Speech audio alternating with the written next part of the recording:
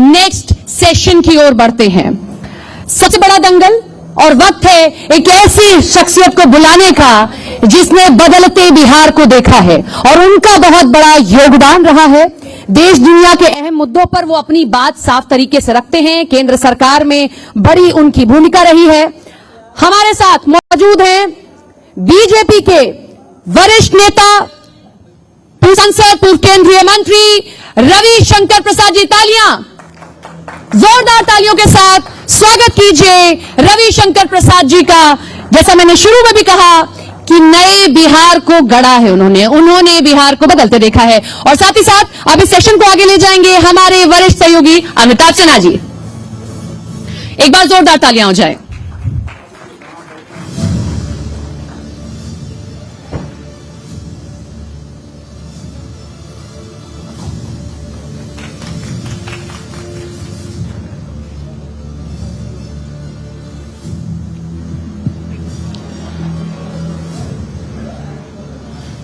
Ravi sir, दो पटनियां एक साथ।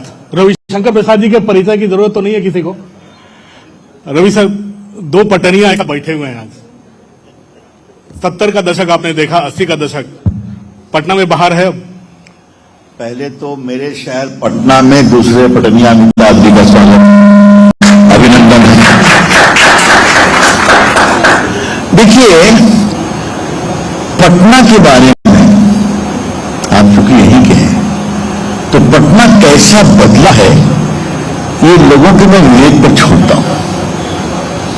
खाली मैं इतना ही बताना चाहता हूं कि एक बार पटना की सड़कें, और आज आप मरीन ड्राइव देख लीजिए, आज आप अटल पथ देख लीजिए, जेपी गंगा पथ देख लीजिए। पटना से अमिताभ जी 8-8 वंदे भारत चलती है, क्योंकि मैंने कुछ लगा हुआ था इस काम में। पटना से सिलीगुड़ी, पटना से जमशेदपुर, पटना से रांची, पटना से कलकत्ता, पटना से लखनऊ और अयोध्या, पटना से गोरखपुर। आज आप आए हैं प्लेन से ना, हवाई अड्डा ठीक लगा कि नहीं लगा? रनवे नहीं उतर रहा है, पर हवाई अड्डा ठीक लगा कि नहीं लगा? हवाई अड्डा बहुत बढ़िया। अब तो सपने में भी नहीं सोचा था इतना बढ़िया पटना में बन जाए। लग करके रनवे भी बढ़वा रहे हैं, काफी संघर्ष करना पड़ा। हार्डिंग पार्क का नाम सुना है ना, कि भूल गए? हार्डिंग पार्क में नया रेलवे स्टेशन बनने जा रहा है, आपकी जानकारी के लिए। तो हार्डिंग पार्क में एक ये पटना से मेट्रो भी चल रही है ना, है? और अभी जो पटना में NH30 के ट्रैफिक जाम को समाप्त करने के लिए 2300 करोड़ रुपए की योजना से अनीशाबाद से दीवारगंज तक एलिवेटेड सड़क बन रही है। तो शुद्ध बिहारी भाषा में बोले, और क्या चाहा जी, क्योंकि पटना से ही आपने बात की, तो अब राजनीति में बात कर जाएंगे और भी करेंगे। समाप्त नहीं। पटना 20 साल में बिहार बहुत बदला है सर। हो सकता है हम लोग नॉन रेजिडेंट बिहारी हो गए हैं, तो बहुत फिर भी दिख रहा है कि बिहार और पटना काफी बदला है। सर, अब सीधे सीधे मुद्दों में आते हैं। आज एक रैली में राहुल गांधी अरसे से गायब थे और एक रैली में दिखे और कहा कि प्रधानमंत्री से वोट के लिए कुछ भी करवा सकते हो। स्टेज पे बुलाओ तो स्टेज पे वोट के लिए डांस करने बोलो, डांस कर देंगे। तो भाषण का स्तर क्या बहुत बिहार में नीचे गिर गया? राहुल गांधी पॉलिटिकल टूरिस्ट हैं, तो घूमते, तो टूरिस्ट कहीं जाता है तो टूरिज्म में सब कुछ करते हैं ना, वही वो करें। मैंने अमिताभ जी सदन में कहा है, राहुल गांधी एक नॉन सीरियस पॉलिटिशियन है। और आज मैं बिहार के लोगों को आपके माध्यम से बताना चाहता हूं कि संसद के 75 ईयर्स पूरे हुए थे संविधान के, और संसद उस पर बोलना था। तो पार्टी ने मुझे कहा था मैं बहस की शुरुआत करूं, मालूम हुआ पहले LOP बोलेंगे। मालूम उन्होंने क्या कहा? उन्होंने कहा कि 5-6 साल में बच्चा नौजवान हो जाता है। अब साहब हम लोग कहे कि कौन सा ज्ञान चला रहा है। दूसरी बात कही कि तपस्या से गर्मी आती है शरीर में। हमने कहा ये व्यक्ति क्या बोल रहे हैं? आज जो हमारे इतने योगी हिमालय में तपस्या और साधना में है, वो क्या कहेंगे इंदिरा गांधी का पोता क्या बोल रहा है? तो मैंने यही कहा कि आप तो होमवर्क करते नहीं, आपका ट्यूटर कौन है बताइए, आपका ट्यूटर बदलने की जरूरत है। तो राहुल गांधी का ट्विटर पॉलिटिकल भाषणों में बदलने की जरूरत है कि प्रधानमंत्री पद का सम्मान होता है। और ये सम्मान, देखिए मैं बहुत जिम्मेदारी से कहूंगा आपको अमिताभ बाबू, वो विपक्ष के नेता हैं, अपनी क्षमता से नहीं है, खानदान के कारण है। उस खानदान में उनके पिताजी प्रधानमंत्री, उनकी दादी जी प्रधानमंत्री, उनके परनाना प्रधानमंत्री। तो प्रधानमंत्री पद का सम्मान क्या होता है उनको जानना चाहिए। और ये शब्द कि नाचने के भी वोट ले लेंगे वो, ये तो बहुत शर्मिंदगी की बात है। बहुत मैं भर्त्सना करता हूं इसकी। 2 महीने पहले एसआईआर पर उन्होंने पद यात्रा की, पूरे बिहार में घूमते रहे वो। उसके बाद एक बयान आता है महागठबंधन से कि वक्फ के बिल को हम लोग कूड़े के ढेर में फेंक देंगे। 2 महीने पहले कहां गायब हो गया राहुल गांधी का एसआईआर और वक्फ को भेज देंगे? क्या ये चुनावी मुद्दा बन पा रहा है? नहीं बन पा रहा है। उनका तो अहंकार है, ईगो है। बाकी लोग समझते हैं, कभी तेजस्वी यादव एसआईआर की बात करते हैं क्या? अगर 99.99% लोगों ने फॉर्म भर दिया तो भर दिया ना, तो विषय तो ही नहीं है। मैं फिर आपसे कहना चाहूंगा, राहुल गांधी को कोई पढ़ा देता है तो वही चिट चलता रहता है। तो एसआईआर का चिट खत्म हो गया। अब एक दिन की बात है कि दिल्ली से फोन आया, रवि आप कहां हो? तो राहुल का जवाब देना है, विदेश में कुछ बोले हैं। तो कहां बोले हैं? तो बगोटा में बोले हैं। उन्होंने मैप लगाया कि बगोटा कहां है, तो फिर मालूम हुआ कि कहीं है। क्या बोले हैं? अब बगोटा में और कोलंबिया में वो भारत की डेमोक्रेसी की आलोचना कर रहे हैं। ये भारत का लोकतंत्र ही है कि उनको प्रधानमंत्री के खिलाफ इस तरह की बदतमीजी भरी बात करने के लिए अवसर देता है। यह है भारत का लोकतंत्र। रवि साहब, एक बात जो महागठबंधन, तेजस्वी और प्रशांत किशोर बार बार बोल रहे हैं कि सीएम पद को लेकर कोई वैकेंसी है क्या यहाँ पे? बीजेपी उनको सीएम नहीं बनाएगी नीतीश कुमार को। देखिए, एक वोटर भी क्लैरिटी चाहता है। बिल्कुल, आपने बड़ा अच्छा सवाल। जिस दिन इन लोग की प्रेस कॉन्फ्रेंस थी, उस दिन मैंने ही जवाब दिया था। तो मुझसे सवाल किया गया था, हमने कहा कि कोई सीएम के पद की वैकेंसी है क्या? नहीं है ना। नीतीश कुमार जी मुख्यमंत्री हैं, चेहरा हैं, अच्छा काम किया है, आगे भी चेहरा रहेंगे। मैंने कहा, फिर हमारे उप मुख्यमंत्री सम्राट जी ने कहा, तो इसमें समस्या कहां है? लेकिन एक बड़ा सवाल है, ये सवाल उठा कौन रहा है? जिनकी सरकार आने का कोई पता नहीं, जिनके मुख्यमंत्री बनने की दूर दूर तक संभावना नहीं। तो एक पंजाबी में कहावत है ना, गल करने में की समस्या है। गल करो, हम ये कर देंगे, वो कर देंगे। हाँ, एक आपके आजीविका दीदी नीतीश कुमार के द्वारा शुरू किया गया, लेकिन अब तेजस्वी अपने मैनिफेस्टो में कह रहे हैं कि जीविका दीदी को 30,000 रुपए भी देंगे, उसके साथ साथ हर घर को नौकरी देंगे। क्या ये संभव है, हर घर को नौकरी देना? जो उन्होंने वादा किया है, लोक लुभावन तो है, जनता में हिट भी होगा। तो मैं प्रतीक्षा कर रहा हूं कि वो कहेंगे कि मैं हर घर में 10 किलो सोना पहुंचा दूंगा। अब यही ना बचा हुआ है। हे बिहार वासियों, मेरी आपसे प्रार्थना है, इस भूल भुलैया में मत पड़े आप। देश बिहार में 2 करोड़ 60 से 70 लाख परिवार हैं। अगर हर परिवार को आपने नौकरी दिया तो आपको 30,000, 35,000, 40,000 के लिए 12 लाख करोड़ रुपए की जरूरत पड़ेगी। पैसा कहां है? बजट है 3 लाख करोड़ का। लालू जी का बजट कितना था? 23,000 करोड़ का। उसको यहां से लेके आए। लेकिन हां, हमने कैसा काम किया? आजीविका दीदी को 10,000 रुपये दिया।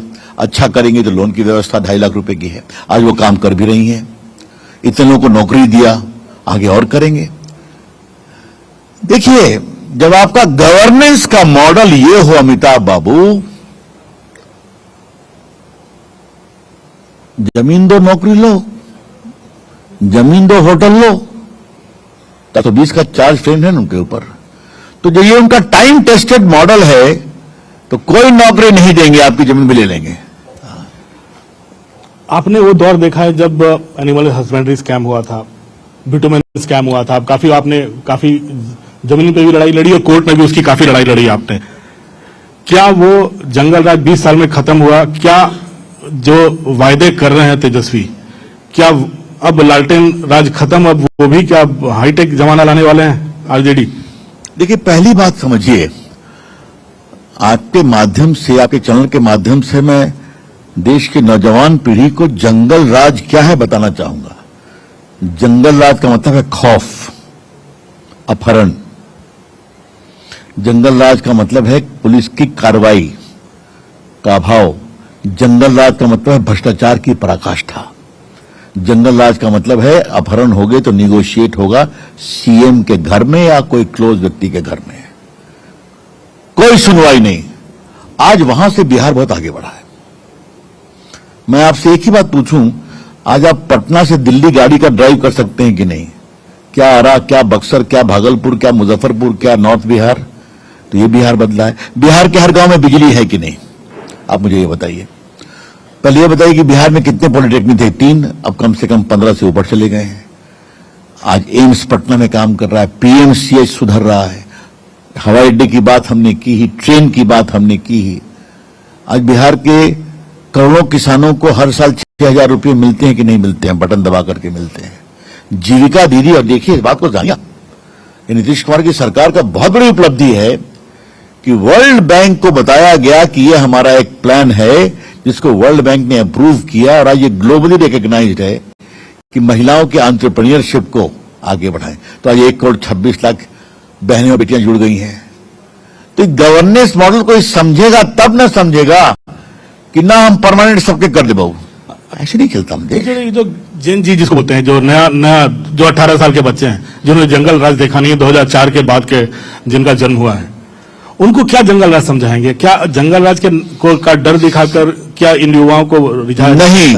बिहार के विकास के लिए शांति जरूरी है, बिहार के विकास के लिए स्थायित्व जरूरी है, बिहार के विकास के लिए सख्त शासन जरूरी है, और बिहार के विकास के लिए ईमानदारी जरूरी है। और नीतीश कुमार जी ईमानदार हैं, इस बात को मैं आपसे बड़ी ईमानदारी से कहना चाहूंगा।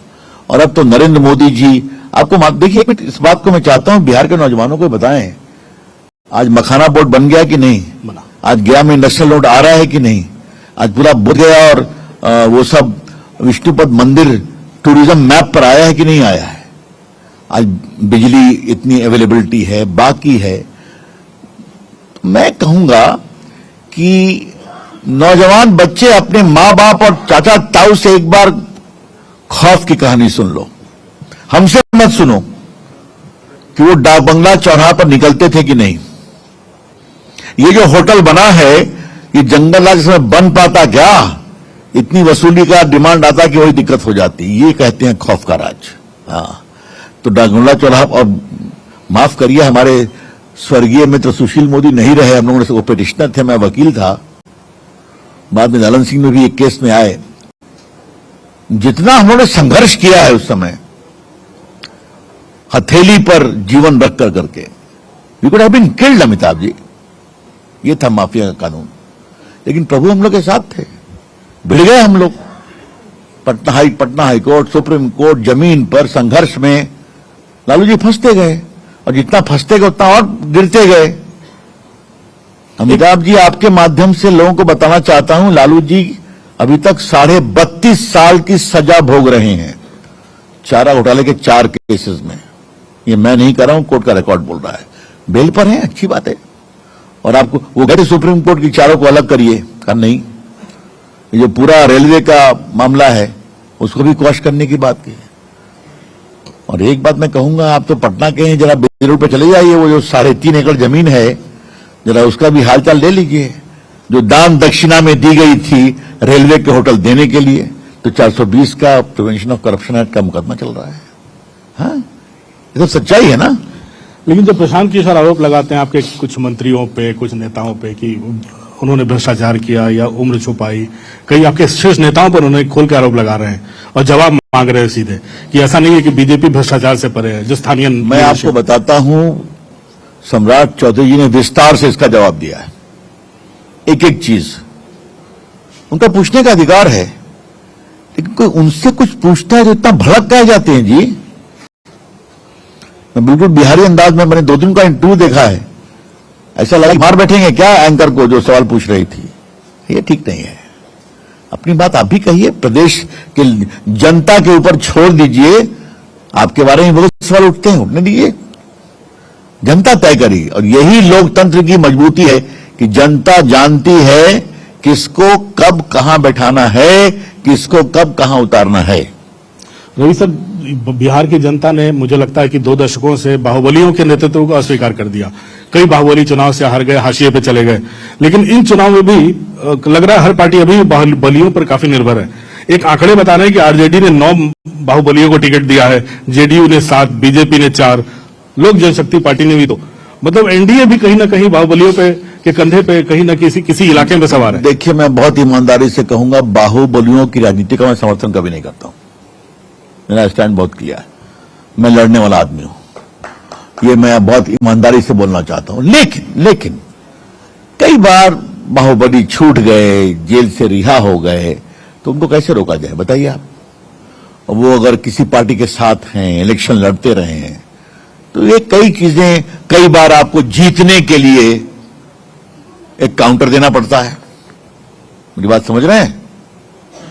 खग ही जाने खग की भाषा, तो भी एक समस्या होती है। तो एक प्रैक्टिकल चीजों को देखना पड़ता है, लेकिन बाहुबली राजनीति को कंट्रोल करें, इसके मैं बिल्कुल सब खिलाफ हूं, बस बोलना चाहता हूं, और मेरी आवाज हमेशा मुखर रहेगी। एक नया 1-2 दिन से आपने देखा होगा पोस्टर में, जन नायक महानायक। हम लोगों ने लोक नायक कर्पूरी जी देखा था, जन नायक कर्पूरी जी हमारे जेपी थे, लोक नायक जेपी। एक नया जन नायक खड़ा कर रही है आरजेडी, उनका नाम तेजस्वी यादव है। क्या करें, अंदर से रोता हूं, मैं जेपी का शिष्य रहा हूं ना। तो लोक नायक जयप्रकाश जी को यही गांधी मैदान में उपाधि दी गई थी। एक दिन की सूचना पर 3-4 लाख लोगों की मीटिंग होती थी। जेपी ने कहा, हमला चाहे जैसा होगा, हाथ हमारा नहीं उठेगा। तो हम लोग लाठी खाते थे। आज हम लोग शाम में थाली बजाएंगे, मौन जुलूस निकालेंगे, निकलता था। भ्रष्टाचार मिटाना है, नया बिहार बनाना है। उस आंदोलन से लालू जी भी निकले ना, और कितना भ्रष्टाचार हुआ आप जानते हैं। नीतीश जी भी उससे निकले, वो भी सामने है। लेकिन अब आप तेजस्वी बाबू बन जाएंगे जननायक। तो आज मैं आपके माध्यम से उनसे एक सवाल पूछता हूं। तेजस्वी बाबू, आपके पिताजी सही में सामाजिक न्याय आंदोलन के एक मसीहा रहे हैं, मैं मानता हूं। गरीबी में पैदा हुए, सब कुछ में, बाद में भ्रष्ट हो गए, हम लोग लड़े भी और आज वो सजा भी काट रहे हैं। लेकिन कभी लालू जी तो जननायक नहीं बने, आप कहां से बन गए? नायक का पद जनता की सेवा से अर्जित होता है, इसको डिक्लेयर नहीं करते हैं। कर्पूरी ठाकुर भारत रत्न बने क्योंकि वे सही में जन नायक थे, गरीबों पिछड़ों के लिए उन्होंने काम किया, बचाया। अब सुना राहुल गांधी भी लोकनायक कुछ बनने की बात कर रहे हैं, तो छोड़ दीजिए। तो ये लोकनायक जननायक की जोड़ी कुछ कमाल दिखा पाएगी कि नहीं? और जनता चिढ़ेगी। और शुद्ध बिहारी भाषा में या मगही में बोलूं, पहले कुछ करा तब नायक बना, है ना। इस दरबारी संस्कृति में नायक का पद नहीं मिलना चाहिए। एक सवाल जो बार बार विपक्ष उठा रहे हैं, तेजस्वी भी उठा रहे हैं, और दूसरा हमारे प्रशांत किशोर जी उठा रहे हैं। रवि सर की मुख्यमंत्री की सेहत ठीक नहीं है और वो शासन करने लगे हैं, तो इस पर क्या लगता है बीजेपी जेडीयू को भी, क्या ये चुनाव पर असर डालेगा? ये ऐसा मुद्दा जो एक बुजुर्ग की नीतीश जी घूम रहे हैं कि नहीं बिहार में, भाषण दे रहे हैं कि नहीं दे रहे हैं, यात्रा में उसके पहले 2 महीना पहले पूरा बिहार घूमे कि नहीं घूमे। तो ये देखिए, एक उम्र का तकाजा होता है और एक काम करने की क्षमता होती है। नीतीश जी के काम करने की क्षमता में कोई कमजोरी नहीं है, ये एक बिना मतलब का प्रचार है। मैं कहूंगा इस पर विश्वास न किया जाए। और सबसे बड़ी बात है कि बिहार की जनता आज महिलाएं कितना पूछती है उनको, उनके काम के कारण। नरेंद्र मोदी जी ने काम किया है। देखिए, नारी सशक्तिकरण क्या होता है। आज एक बहुत बड़ी फोटो आई है, ये जो चलाने वाली राफेल्स जो काशी की महिला पायलट है, शालिनी सिंह नाम है, क्या नाम है उसका, उसके साथ राष्ट्रपति खड़ी है। हाँ, राफेल में अब काशी की एक बेटी राफेल चला रही है और पाकिस्तानियों ने कहा था कि उसको हमने कैप्चर कर रखा है, प्रिजनर्स ऑफ वॉर। इसे कहते हैं एम्पावरमेंट। आज महिलाएं कितनी हैं आर्मी में, आज कितनी बिहार पुलिस में महिलाएं हैं बताइए आप। छोड़िए ग्राम पंचायत और निकायों की बात, इसे एम्पावरमेंट कहते हैं जो हुआ है। जाते जाते एक छोटा सवाल, 20 साल की क्या एंटी इनकम्बेंसी का कोई असर? कितनी सीटें की उम्मीद है? 14 को रिजल्ट आ रहा है ना, तो देख लीजिएगा ना, आप काहे परेशान हैं। प्रभावी, निर्णायक, ऐतिहासिक विजय होगी। 14 को आप भी रहेंगे, हम भी रहेंगे, बात करेंगे। नीतीश कुमार जी की हाँ, डबल इंजन सरकार, मोदी नीतीश कुमार, ऐसा है, डबल इंजन चल ही रहा है और कसके चलेगा, इसमें डाउट कहां है। जनता डबल इंजन पर विश्वास करती है, करती रहेगी। धन्यवाद रवि जी। धन्यवाद। जोरदार तालियों के साथ में कौनो परेशानी वाला बात नहीं है। 14 तारीख को सब स्पष्ट हो जाएगा, क्या होगा नहीं होगा।